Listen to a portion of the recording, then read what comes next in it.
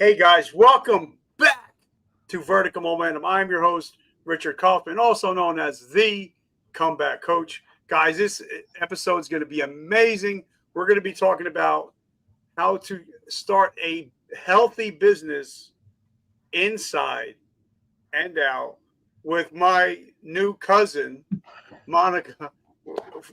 I met her on Alignable and we decided, hey, we need to have a show together. So this is going to be fun. Monica, welcome to the show. How are you today? I am well. Thank you for having me. It's truly my honor, and you're doing such amazing things on Alignable. I just want to give you a big shout out. First question right off the bat. Nobody's watching this, so don't get stressed out. First question is, what is your definition of resiliency? I see resiliency as a return to set point. So I've got knocked down and I get right back up. And then the key is to learn from it, turn into that pain and say, okay, what do I need to do so that I don't get knocked down again? And that's when I become anti-fragile. So when I turn into the pain, I accept it, I become stronger, I become harder, I become better. That's when I reach a new point, I become anti-fragile. So resiliency is critical, but it's only the beginning. What's your All definition of right, so resilience? you I'm a big I love the Rocky series, and Okay. I love when Rocky said, get knocked down 7 times, get back up 8. And for me, I'm just too dumb to quit. So I'll never quit. No matter what it is, I'm not going to quit until I'm dead. But you said anti-fragile. You said 3 times in that one sentence. Now, I'm 60% blind. So I lost my vision about 6 years ago. But I can I can hear, and I get people that use certain words, and I keep counting them because they must be important if they say them. So talk to us about what is anti-fragile. Anti-fragile is a concept, and it's been around for a very long time. It's been encapsulated in some recent writing, but anti-fragile is the idea where adversity or difficulties literally make me stronger, that I am able to use a stress point. So if you're in a position, for example, to buy when everybody else is selling, okay, something, whether it's real estate, whether it's stocks, whether it's anything, and you see it as a viable investment, you have the cash, you're anti-fragile. The risk doesn't scare you. You're able to weather it, and you're able to take advantage of it and weather the storm. It's a statement of strength. Okay. So just like carbon, when exposed to oxygen and heat and maybe some other elements, becomes steel because it's exposed to the fire.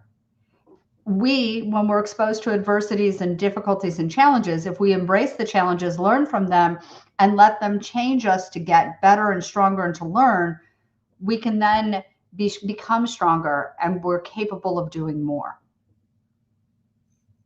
And I love that. But in order to become resilient, to become anti-fragile, we have to recognize where we're at. Right. That's why I love Grant Cardone. His book.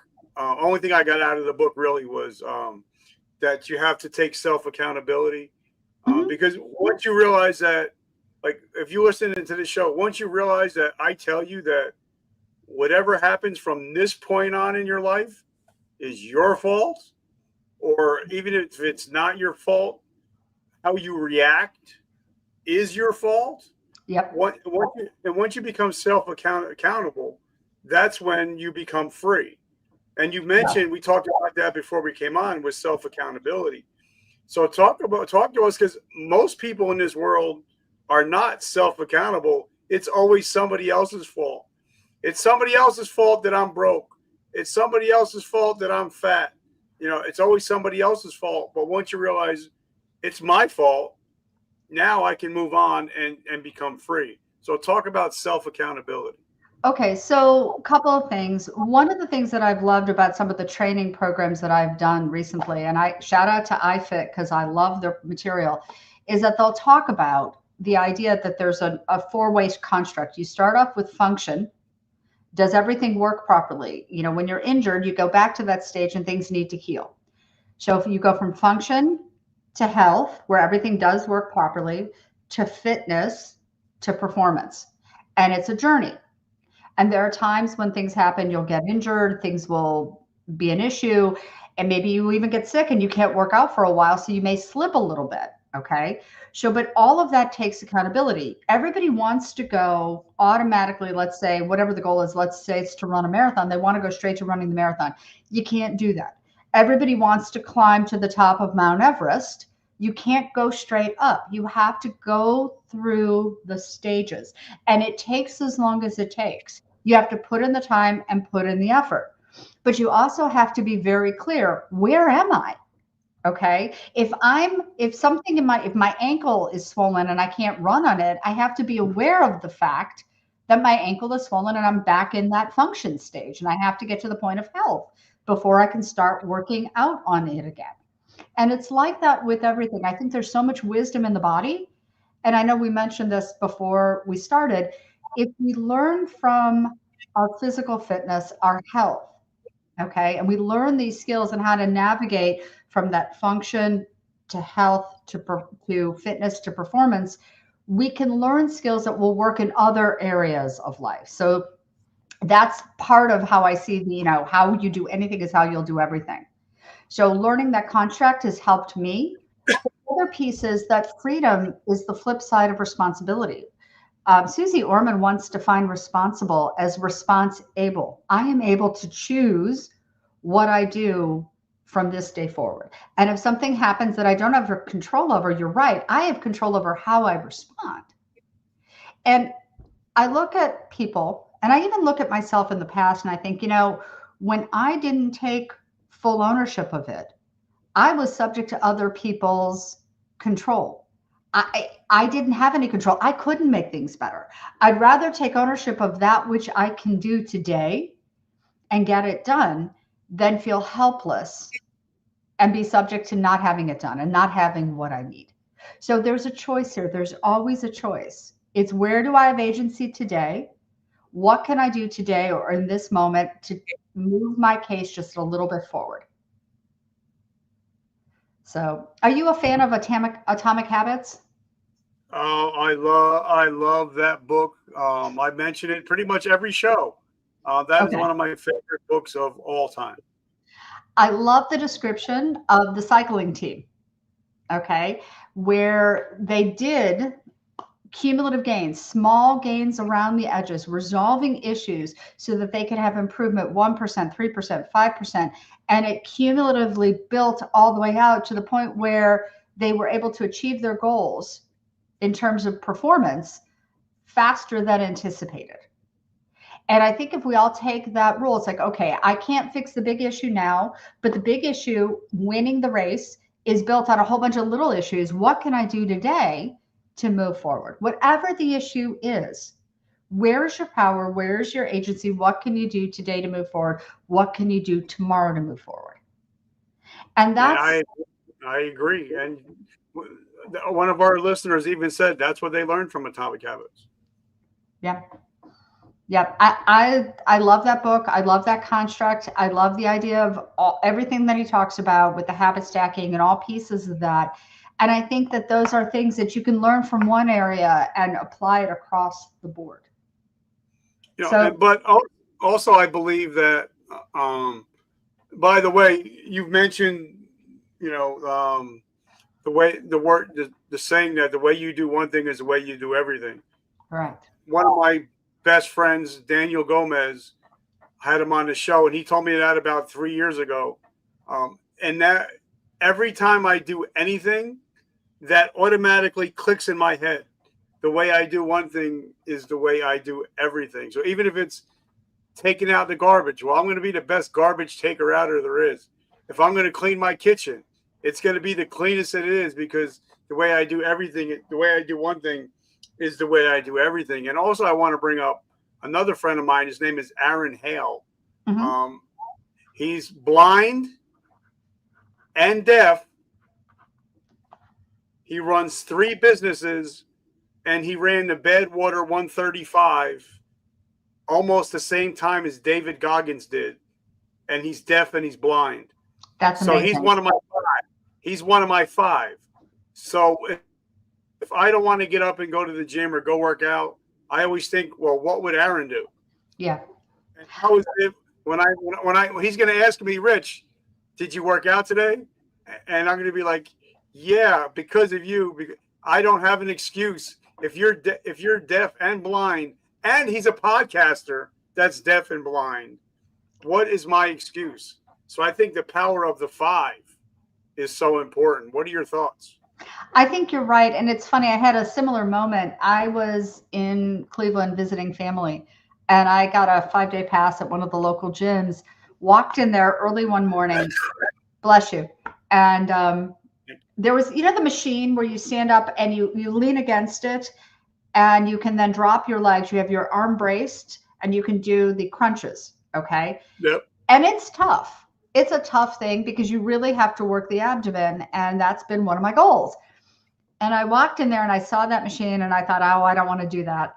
And then I saw a woman who clearly looked like she was about 2 decades older than I am. She got up on that machine and she did it the hard way with her legs fully extended out. And I stood there and watched her do 30, stop, and do another set. And I thought, you know what? What is my excuse? I have no excuse. If I want to be in as good a shape as she is now, let alone 20 years from now, that's what I have to do. There's no reason why I can't do what I can do right now. And I'm with you. And it's funny that people don't remember this, but MLK Jr. at one point was speaking inside one of the churches. I have to find the link. And he talked about do everything you can with a commitment to excellence. He said, if you are a street sweeper, be the best damn street sweeper you can possibly be.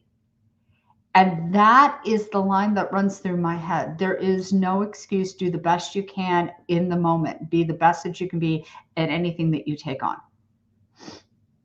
But I also think, go ahead. I love that. I actually love that. I think I read that speech for him. I think it was this week that I actually read that speech from him this week. Okay, I need to go back and find that. But yeah, if you read that on the podcast, I need to go back and find it and find the link. But it's one of those things that people don't realize. It changes everything you do. Okay, be the best friend that you can be the best parent that you can be present in the moment. I have a mentor. He's been a mentor of mine for 2 decades. And when you work in finance, one of the things you do is you want to work with CPAs. And I've had several that have seen me as somebody that's been worthwhile to mentor. And one of them made the comment to me. He said, yesterday's history, tomorrow's a mystery. Okay. And I don't remember the last line. I keep forgetting it. But the ultimate is that's why we call today the present. We call them now the present. And it sticks with me. It's like, am I in the present? That's all I have. Tomorrow doesn't exist. It's an artificial contract. What can I do today to advance myself and advance my goals and become stronger, better? Excellence is a journey. It's not a destination. I had a physical fitness thing. There's an iFit climbing routine. I love the climbing. And we have in the gym that I go to, they have the treadmills that go up to a 40-degree incline, which is insane. The standard is 15. And it's really, really hard to do. And there was a routine that I would try it about once every few weeks. And I could never get through it start to finish all the way to the end because it was so hard. I could get through it, but I would have to decrease the incline or take a pause. And on Monday, that was the first time that I was able to get through it start to finish without a pause, without making the incline go down. Okay, without lowering the incline. And I did it. And I was so incredibly proud. In neurology, they talk about dopamine, but there's a difference between earned dopamine and unearned dopamine, okay, or easy dopamine. So what the neurologists have said is that when you do something hard, your dopamine resets, you have a dopamine surge, and it resets at a higher level so that you are more capable of taking on another hard task. You become stronger mentally in order to do that. Taking on hard tasks is critical. so that you don't slide back. When you only do that, which is easy, your dopamine eventually starts to go down and you're less and less capable and less motivated. And that's part of what we have to deal with. We have to work with the neurological system, taking on that hard goal of, I'm going to make it through this routine. I'm going to get through this challenge. Okay. And finally hitting it on Monday. I will tell you, I took a screenshot. I took a snapshot picture of that screen and sent it to everybody I know saying, hey, I did it. I finally did it. And people were like, wow. But it was a big deal for me. And Well, go ahead. Speaking about atomic habits, something he talks about is celebrating those small wins. In order to stack your habits, you have to celebrate the small wins. Like I had a small win the last 2 weeks. Was last week. I was ranked right below Alex Hermosi on the podcast charts, and then this week I was ranked right below Ed Milet in the podcast charts. So for me, that's it's validation, but it's also that dopamine hit. Be like, okay, well, because I was ranked there, Joe Rogan's number one or number two now. How do I get there? But I got to celebrate the small wins with Ed Milet, Alex Hermosi, Tim Ferriss before I can get into the big leagues with Mrs. Kelsey and also with Joe Rogan. So I think you're right. I think you have to celebrate your wins. And I think you do. And the celebration is important. But here's the thing, taking on the podcast the way you have, that's a hard challenge. And being there and doing it day in and day out and being present and creating what you create is a challenge. And it's not, you say it's a small win. I say that's a big win. Okay. Moving up with people who are as motivated and as dedicated as you are, and moving up those ladders, those are big wins. Those are not easy things to do. You did it. Celebrate it. So let's talk about the power of proximity. Okay. Like this summer, I'm speaking on a Richard Branson stage. And the only reason I'm speaking on this stage is because 4 out of the 5 guests that he's speaking, I've had him come on my show. And now we're all friends. But if they weren't part of my circle, I would not be able to stand and sit and talk with Robert Kiyosaki, Sharon Lechter, Greg Reed, so and so on. But I believe in the power of proximity. Like I know, being a happily married man, married to my bride, if I'm hanging out with 5 guys that are going to the titty bars and going to get divorced, I'm going to be number 6. Right. But if I hang out with 5 guys that are focused on their family, focused on God, focused on their business, if they're 6 million, they're 5 millionaires, guess who's going to be number 6? Right. And I think it's because of the proximity. So talk about the power of proximity. Okay. I really do believe in this, and I think your experience is very real. Okay. I believe that in order to actually achieve financial goals, if somebody does not come from a position where they grew up around people who were financially free, they have to shift the way they think, feel, and act, and they have to take on new habits across the board. So people who are financially successful, okay, and financially free, take care of their bodies to the best of their ability. Okay, take care of themselves and their relationships, including their spouses if they have them, their children if they have them. They are also incredibly intentional about who they let into their world.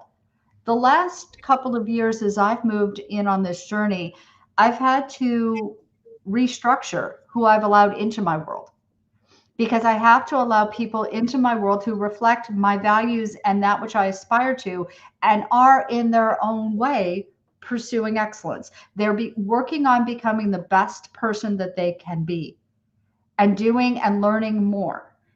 And when they're not, in a real sense, I can't afford them. I choose not to afford them. And the real reason for that is I'm going after things that are hard. I'm doing things that are hard. And I want to be around people who are going after real success. I love you said the word hard, because I just had a conversation with somebody and I told them, pick your hard. Right. It's hard to grow a successful business. It's hard to be successful, but it's also hard to be broke, busted, and disgusted. Pick your hard. Right. Right? Right. I am all about intentionality, and I am all about accountability. And the biofeedback loop exists. Okay. Now, I'm like you. I look at people and I will say financial reality is, and financial literacy is at an all-time low. It's at about an 80% level that the population is financially illiterate.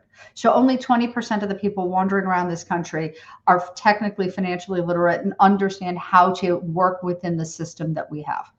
On top of all of that, about 70% of us are financially vulnerable. One large unforeseen bill and we're in significant trouble. Okay.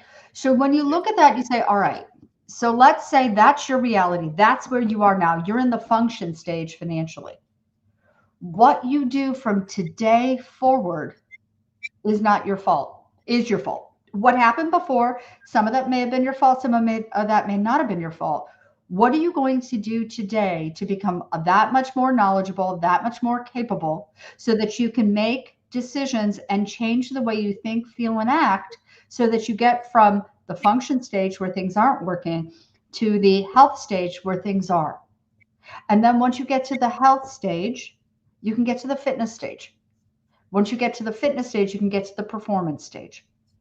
But you're not going to move unless you take accountability in the here and now. There are so many people who are in this stage. I talk about this. My mother grew up with nothing. And my mother grew up on the wrong side of the tracks in Shaker Heights, Ohio. And she got her first job between second and third grade. I don't know how this happened, but somebody hired her to help out with different things within the school during second and third grade. And she did this so that she had money for school clothes and for school shoes. Her parents had the money for her brother, but did not have the money for her when she was little. And so she had to work to get to this point. She worked her tail off in school, wound up at Case Western Reserve, well, the two universities that formed Case Western. And what happened with this was amazing. She walked in and she was a math major. So at that time, as I understand it, you had to be invited in to a TA section to get extra help and to get tutoring and to get extra instruction. And none of the TAs accepted her in. At the end of freshman year, you had to take a placement exam, and that exam determined whether or not you were able to stay as a math major. The winner of the top score was published in the newspaper. And my mother woke up one morning to discover that she was the top scorer, despite the fact that she had had no help, despite the fact that she was in this private university as a scholarship student and working, and despite the fact that, you know, she was isolated to a large extent. And she met my father, married my father. But when my parents got divorced, my father had come from a financially successful family. That confidence, those skill sets left the room. So even though my mother wound up managing an accounting practice and then became a financial, did other things within finance and did very well, my mother had this lack of confidence. And to some degree, she, had this thing about trusting. She didn't know how to navigate the system. She knew how to balance a checkbook. She knew how to deal with taxes. She knew how to deal with certain corporate things. But in terms of investing, in terms of building things out, that wasn't her primary skill set. And she married my stepfather. They've done well. Okay. I'm very grateful for that. And she's built a lovely life. I mean, she's one of those second marriages. They've been successfully married for 37 years. Okay. It is proof that a second marriage can be successful. And the two of them have built out a nice life. But, she had a financial advisor at one point that I absolutely thought was just atrocious. Absolutely thought was atrocious. And it was because my mother didn't understand what she was looking at, and her anxiety from her childhood experiences got the better of her. Now, thank God my stepfather was in a better position and understood more and didn't have those same fears and was able to step in. But I look at this and I say to myself, it's not your fault you don't know how to navigate the system. But now that you understand you don't know how to navigate and you're in that function stage, what are you going to do about it? Where are you going to go to get the information? How are you going to address it? How can you do better until you know better? And that's the challenge. That's the challenge. Well, I honestly think that this phone has leveled the playing field on a Okay. lot of stuff. I have a 12 years ago when I started on this journey, my credit score was 412. Good for you My that you changed that. my credit score is 835 now. Congratulations. I'm living in a house, but for me, I picked up a little purple book called Rich Dad Poor Dad by Robert Kiyosaki and Sharon Lechter, and I got one whole shelf. It's just uh, purple books, and also, I tell everybody, if you want to learn to start a business, you could easily just got Russell Brunson's whole book series for shipping for $10.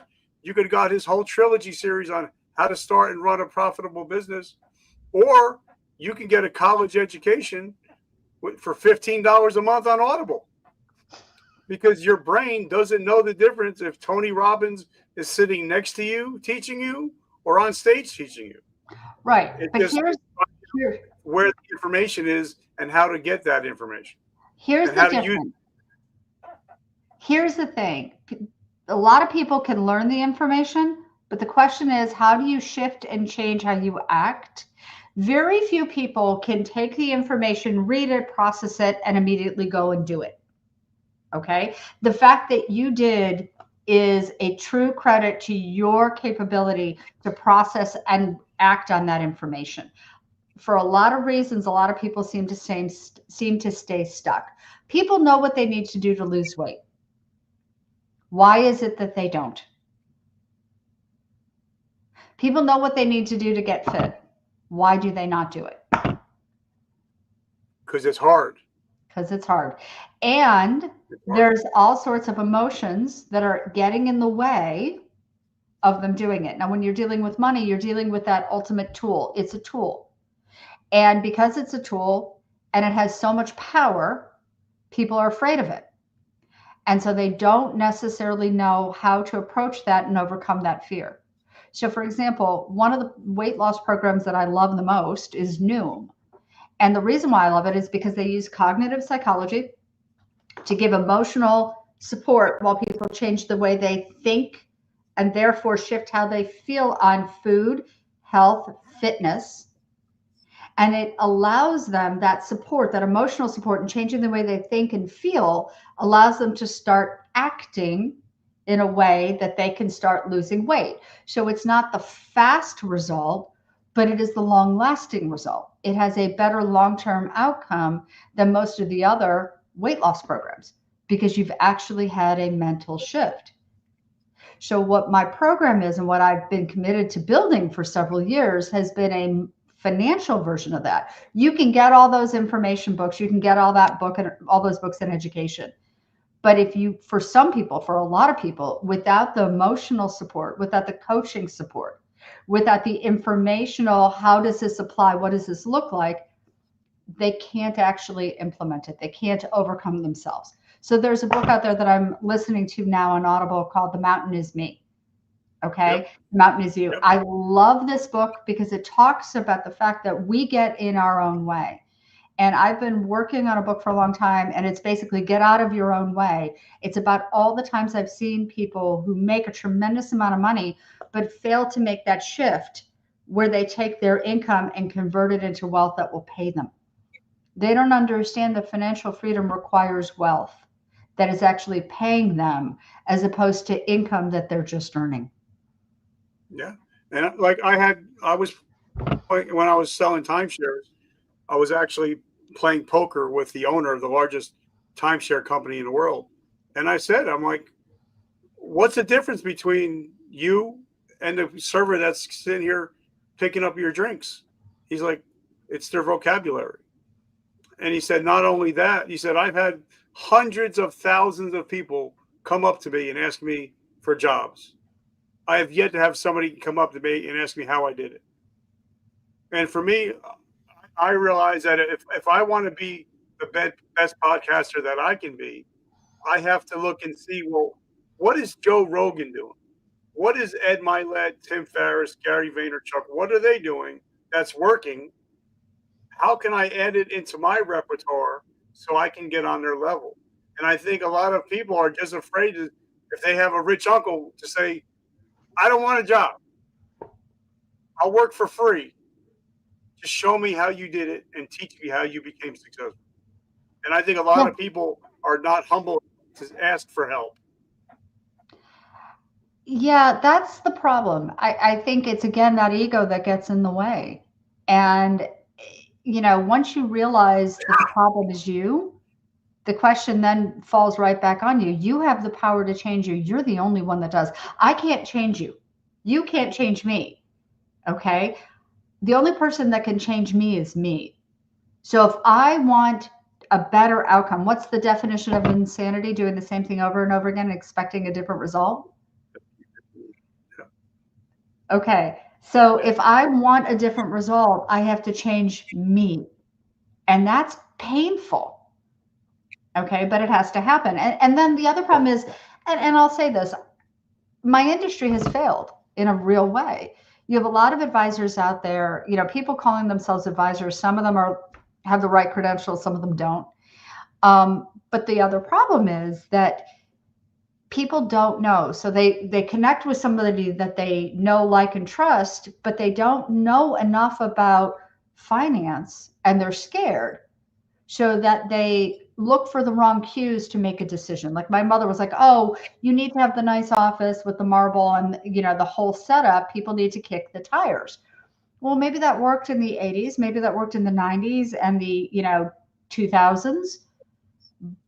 But really, when you think about that, your fees are paying for that. And I've seen people in great offices who were not quite as capable. I've seen great people in every firm, and I've seen a lot of mediocrities, and then I've seen a lot of people who are just awful. It's a little bit skewed. And when I first started out in financial advisory, I saw the people who came to me because there was a problem with where they were. If you have money and you've had a financial advisor and you're looking for a new one, it's usually been because something has gone wrong. And so that's what I was dealing with. And I saw various and assorted things, and people didn't understand things were wrong until it was too late. So the question is, how do you stand back and say, okay, maybe I don't know enough. Where can I go to get the information? How do I implement it? Am I going to need support to implement this, or am I going to give up because it's hard? It's hard to look yourself in the mirror and realize you're the source of the issue. Well, for me, I'm a different kind of guy. I'm a different kind of dude, and I know it. Like I have a lot of people that reach out to me, let me be your financial advisor. And then we meet. And then I ask them, okay, let me see your financial stocks. Well, let me see your personal portfolio. Wait, I can't do that. Wait, so you want me to invest in something that you're not even invested in? Like for me, when I went to buy my brand new Kia, I had my credit score in hand. I had how much I wanted to pay. I walked in there. I'm like, okay, I want black on black. This is what I want. This is what I can pay. Here's my credit score. Don't run my credit. I already know what it is. And the guy says, okay, let's write it up. And I said, well, hold on. Let me see your car keys. What are you driving? Oh, you're driving a Ford? Nah, you're not going to sell me a Kia. Next, I went through six salespeople before one of them actually owned a Kia. And that's the one I bought it from. Because I believe that some brokers are broker than you. That's why they call them brokers. Well, and here's the problem. I understand what you're saying. Okay. And let me shift this a little bit. So different clients have different risk tolerances. Yeah. And your risk tolerance, okay. And so when I talk to people about knowing risk, psychologists will say your tolerance for risk is pretty much established by the time you're 6. In finance, that's not true. Okay. So when you have a client who's, let's say their spouse has died, their tolerance for risk is probably going to be a lot lower. Okay. Yeah. When you have there are different things that will happen in life, and a really good financial advisor is going to talk to you, not just because they want to connect with you, but because they're looking for clues that maybe something has shifted and we may need to look at saying maybe they can take on more risk or maybe they can't. Okay, maybe we need to take some risk off the table. So I look at it this way: every account has a goal. All right, this is an easy way to start thinking about your investing. Every account has a goal. Every goal has a risk tolerance and a time horizon. And there's two parts to time horizon: time in the goal and time to the goal, and then time in the goal. So for example, if I'm looking for, let's say I've got a young person and they're saving up to buy a house, their first house. So the question is, okay, how quickly do they want to get it done? So let's say they're 22 and they want to get it done by 30. Okay, that means it's 8 years out. Then the question is, how do they handle risk? But once we get to the point where they buy the house and the deposit is made, that goal ends. Okay, but retirement is different. Retirement is, and I think of that as when every day is Saturday and work is optional. So let's say you want to retire, name the age. I've got a plan for you as a financial planner, and I'm a CFP. I have to plan for you to hit 95, maybe 100 years old. Now, if you tell me, hey, people don't live very long in my life, that's great. But if you run out of money, what are we going to do? Okay. Now, if you tell me that somebody is sick, that changes the equation. So it's a give and take, and it shifts. So I have people who are extremely risk tolerant, have a very high degree of risk tolerance, and therefore certain investments make sense for them. I have people who are not risk tolerant, and those investments don't make sense. I have people who are qualified investors who can do certain things that other people, and invest in certain products and certain investments that other people cannot do. So I understand what you're doing. It's just there's a mixture. There's always a mixture, and there's always a way of doing this. Now, let's put it this way. I would never recommend something to you that I wouldn't, if it was appropriate for my risk, my needs, and my goals, that I wouldn't do for myself. How does that make sense? Makes a lot of sense. Okay, so then let me ask you, because I have my own opinion on it, but I love talking to financial experts on it. A young couple comes up to you, and they're looking to buy a house. In your professional opinion, is your house an asset or is it a liability? Okay, so are you looking to buy a house to live in, or are you looking to buy a house as an investment? Are you going to live in it, or are you going to rent it out to other people? Well, the reason why is because I had somebody there that I was talking to earlier today. They asked me, because they knew I was going to have you on. They said, well, ask her if we're 38 years old.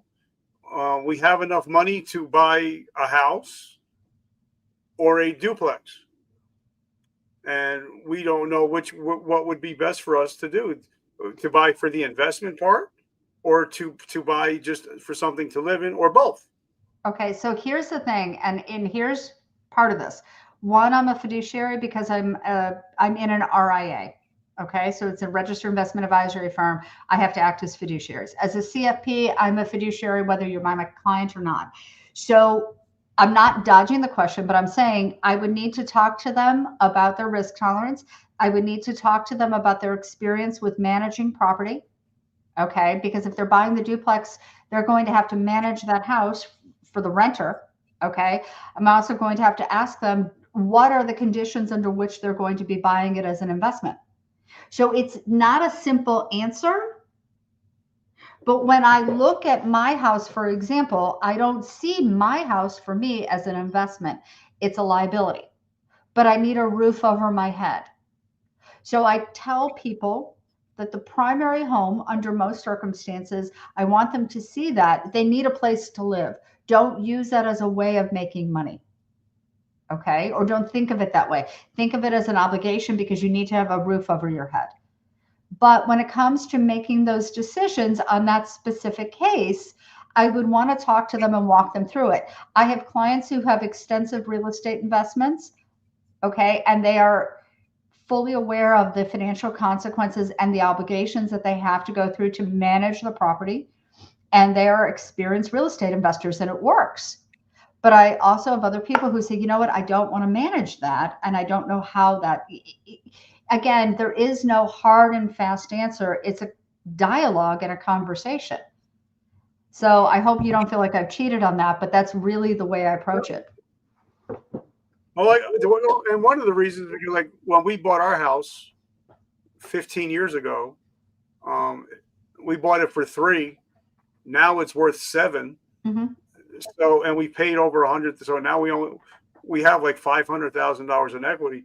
To where now, if I want to start another business or to do something different, I have that I can get a HELOC just to start another business. So for me, it's sometimes I think of it as an asset, and then sometimes it's a liability. Like when you got to put a new roof on, it kind of becomes a liability. So, yeah, I've had so to do that a couple of times.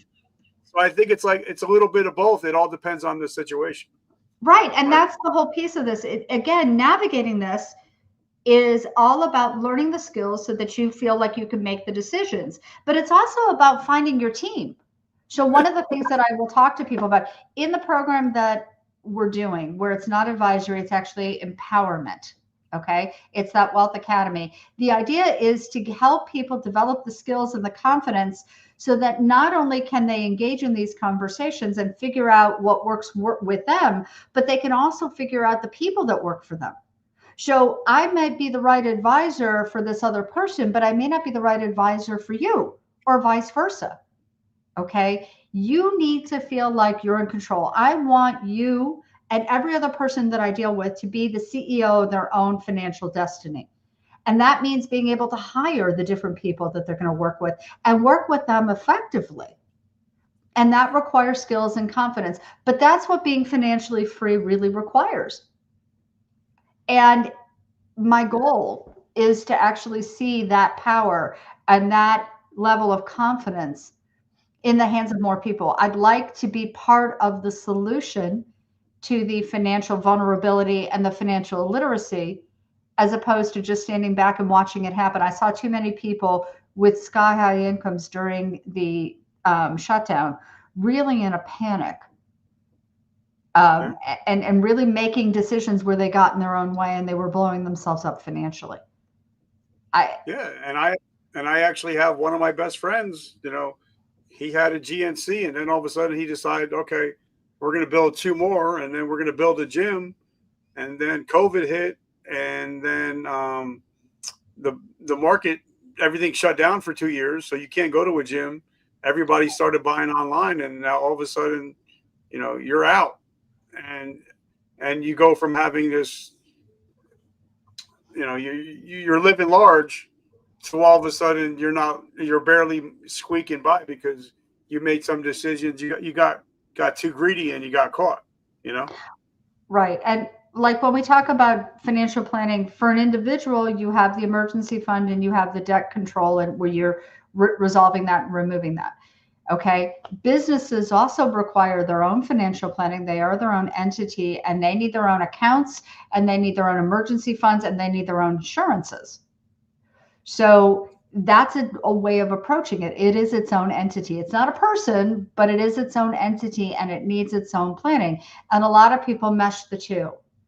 So I understand and I'm sympathetic, but again, that's something that I'd like to be a part of addressing. So one of the things that's on the list of things that will happen in 2025 is we will do a business financial advisory workshop for people where they can come in and spend 2 days literally walking through how to structure things and how to deal with them.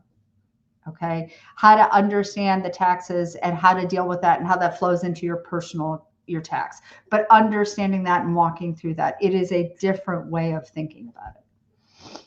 Well, and like my business coach, Joe Nicasio, I had this podcast for 10 years and I wasn't making any money, $0. Now we're doing well. We're we're a C corp right now, so we're actually a corporation. Where Mhm. somebody wants to sue me, okay, you sue the corporation. I'm good because you can't take anything from me. You can sue the corporation all you want, but he actually had to sit down and be like, okay, this is what you need to do. This is why you need to do it. You may have an LLC, but then it's still a lot that you can get caught up in. And I think sometimes, like even like when I had Sharon Lecter and Robert Kiyosaki come on, sometimes I'd rather pay more money for a lawyer in the front end than Yeah. having to pay in the back end, or pay for a financial advisor in the front end and then not having to pay for it in the back end. You know what I mean? Because a Yeah. lot of people, what you thinking, oh, I got to hire a professional. Well, yeah, it's worth hiring them now until you need them then. Because it's going to be a lot more expensive if you need them then going into court. It's going to be a lot more expensive, I right? Yes, and it's sort of like one of those things. I hate telling clients that they need to spend money. I really do. Okay, but it's one of those things where it's like, hey, I need you to go talk to an attorney and get this resolved. You haven't updated your will since 1987. That needs to be addressed. You don't have a power of attorney. That needs to be addressed. You've got a corporate issue. Oh, you're doing business under a DBA, but you have one LLC, but it's not connected to this current business. You need to address that. Okay, you need to set up some systems here that protect you. And as a financial advisor, I'm an issue spotter. I can say, look, I can't address this, but I'd like for you to talk to somebody who can. And even if they tell you that it's not a big issue, okay, maybe they can tell you how much of an issue it is and what it will take and what your options are. And I may have a good sense of where that's going, but I need for them to talk to the expert to give them that guidance. Okay, and to hear that. And sometimes people don't want to hear that. It's like, no, I'm concerned about this. Maybe this is an issue, maybe this isn't. Please speak to your attorney. If you don't have an attorney, here's a list of 3. Please make a phone call. Okay, set up an appointment, get an initial consultation. It may cost you a few $100. At least figure out how much of an issue this is and how much risk you're carrying this way. And So, for the last 20 minutes, I want to talk about, personal finance is very personal. yes, it is. It's kind of like when I grew up, I didn't know that you can write bad checks until I wrote one, Oh, wow. and I got locked up for it because my money, my parents was like, they kept it in between themselves, and they Mhm. always just said, well, we can't afford it. So, but I had no financial literacy until I picked up the purple book, and then until I took Dave Ramsey's course, Financial Peace University. I had no upbringing and about personal finance. So talk about how a lot of people don't talk about finances because it was never talked about in front of them as children. So when my kids were in middle school, we were in Arizona and they were in a charter school, and the head of the charter school and I were talking about things. And she asked me to come in and teach a program for the kids. And I developed what I called economic and financial reality. And the first class, I sat there and I said, all right. And we talked a little bit about something academic for about 5 minutes. And then I said, okay. And we had this large, enormous room, ceiling to floor whiteboards across an entire wall. And there were about 50 kids in the room. And I said to the kids, tell me what you want in your lives. And I started writing, I wrote down everything they said. Now, the young men in there stereotypically had a list of wants, but they were pretty normal. The girls could tell me the jewelry, the houses, the aircraft, the boats, okay, the yachts, okay. They could tell me the clothes, they could tell me everything in great detail. The travel, name it, they had it. Some of them actually had artwork. They were able, and we covered the wall. So after we had this conversation, after they told me this, I turned to the kids and said, tell me how you're going to pay for it. Dead silence. Dead silence. And after about 45 seconds, maybe, is the popular girl who was sitting in the front of the room next to the popular kid, and they were super cute together. And she turned and said, I'm going to marry someone who's going to buy it for me. And that young man bless his heart, shifted his entire body away from her as he shifted the chair and the desk away and said, good luck with that. And that became a conversation with these kids that they told me afterwards no one had ever had with them. We talked about, one girl said she wanted to go to UC San Diego to become a marine biologist. I asked her, okay, tell me about that. She said, well, it's going to take her 5 or 6 years to get her master's. I said, what can you do with it? She didn't know. I said, who hires a marine biologist? She didn't know. I said, how much will you earn?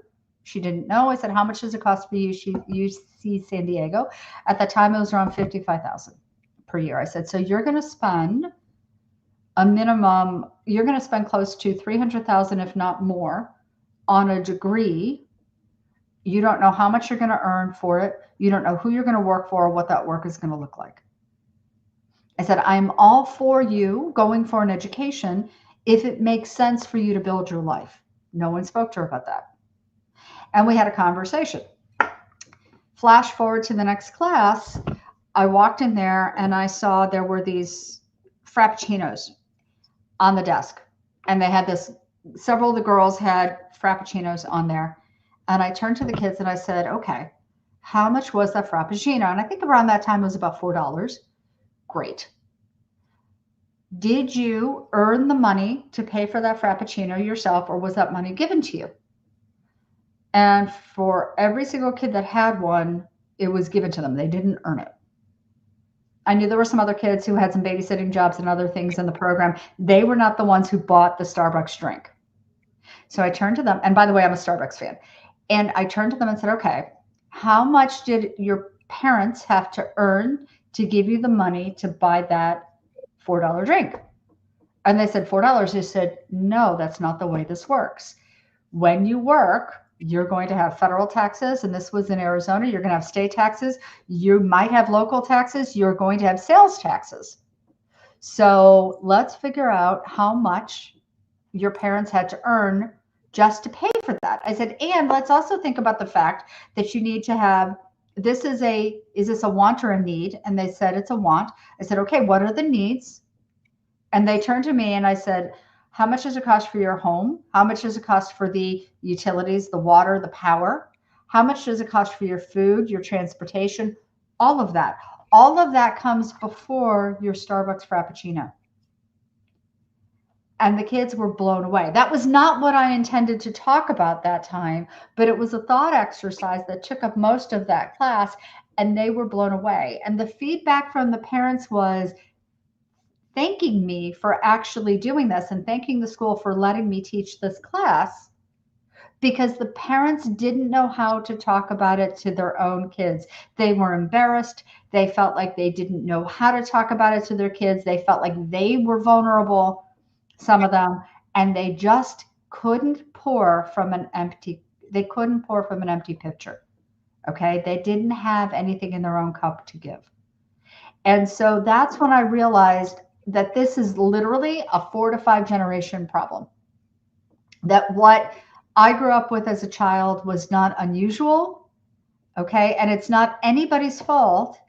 The question is, what do you do about it?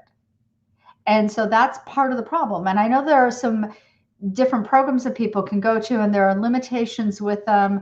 And I'm glad you found what you needed to step forward into your power. And I want people to do that. And if Dave Ramsey works for you, go do Dave Ramsey. But there are other people and there are other things that you do need to learn. And so that's part of the whole dynamic that we have going on here. You know, there's a lot, for example, there's a lot of vulnerability that's going on. And one of the things I'll say to people is, what would happen if you couldn't work tomorrow? If something happened and you couldn't work? I said, where would you be? How long would you be able to survive? And they're like, oh, well, you know, sometimes they'll say I have an emergency fund and it'll last me 3 months or 6 months. I said, okay. I have had situations where I saw one girl was 26 when she was first sent to me. She had a full-time job and a second part-time side hustle as a trainer. So physically fit, but she got into a car accident, underinsured motorist, didn't have enough insurance on her own, and she wasn't able to work for 2 years. And so while she was getting healthy, She had to go back to her family, who, by the way, were not really supportive of this because she didn't have enough money to make it through those 2 years. So one of the first things I'll say to people is, if you have a job working for somebody else, let's say you're building out your business and you still have a job while you're building out your business, and your employer offers disability insurance and it's group disability, you buy it. That's the first benefit you get. Why? Because if something happens through no fault of your own and you're unable to work, your income is replaced on an after-tax basis if it's done correctly. And 70% of us will have a disability event at some point in our lives. I've seen, yep. And it's a very simple thing. And it's something that, most financial advisors don't talk about this with their clients or with their clients' children, but it's very simple. Okay. I'm not selling it to you. I'm saying use your benefits through work if it's there and go do it. Why? And when you talk to people, I mean, unfortunately, wisdom comes with age. I'm going to be 56 at the end of the month. But when I talk to people, I let them know you're trading time for money. Exactly. That's what we're doing. We're trading your minutes. Like you said, it was a $4 whatever it was, coffee. How many minutes did it take for your parents to have to work for that $4? Right. Because all we're doing is trading time for money. And I think that's one good thing about what I do, writing books. I got evergreen products, so I can make money even while I'm sleeping. But a lot of people, I tell them, if you want to start becoming financially, successful, take on a side hustle, take on a side gig, learn how to be a business, learn how to, even if it's Uber, if it's whatever it is, take on a side hustle so you can learn business and you can learn how to stop trading time for money. I agree with that. But the other thing that I see is that people, when they make more money, spend. So their spending goes up and increases. And so what I want people to do, and I am 100% with you, I want you to take on that side hustle. I want you to become super intelligent and super intentional and think about, okay, is this a want or a need? And what is this really costing me in opportunity cost? What else could I be doing with that money that builds out my freedom to get me out of the time for money hustle and back into my own, where I'm building my wealth? I had 2 referrals when I first started at Merrill Lynch. One of them was a doctor who had been disabled. Okay. And even though he had made a tremendous amount of money per year, very high base salary plus bonus, when he had a stroke in his late 40s, had very little in terms of assets. So it was a major lifestyle shift, but thank God he had disability insurance paying his bills. I had another couple that came to me, middle class. They lived off one income, invested the other from day one. The only debt they took on was their home. Okay. They had a daughter who was disabled. He sold his 4 dry cleaning businesses and turned around and went to work for somebody else managing their business. And they still lived the same way. They didn't care. They weren't buying to impress. They didn't care about any of that. When they became my client, millions rolled over. So people need to understand it's about intentionality. It's about choice. And as the income goes up, that's great. We need to see that. It makes life easier. Use that money to create wealth. So then how do we get into your ecosystem?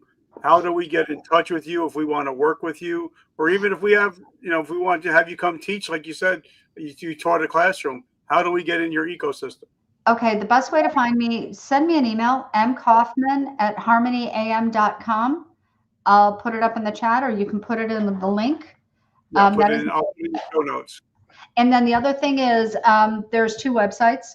It's www.harmonyam.com, which is Harmony Asset Management. I'm Director of Financial Planning. You can reach me through there, or you can reach me through www.harmonywealthacademy.com. I am also running a free program on once a month. We're doing accountability and goal setting, general, not financial, but general.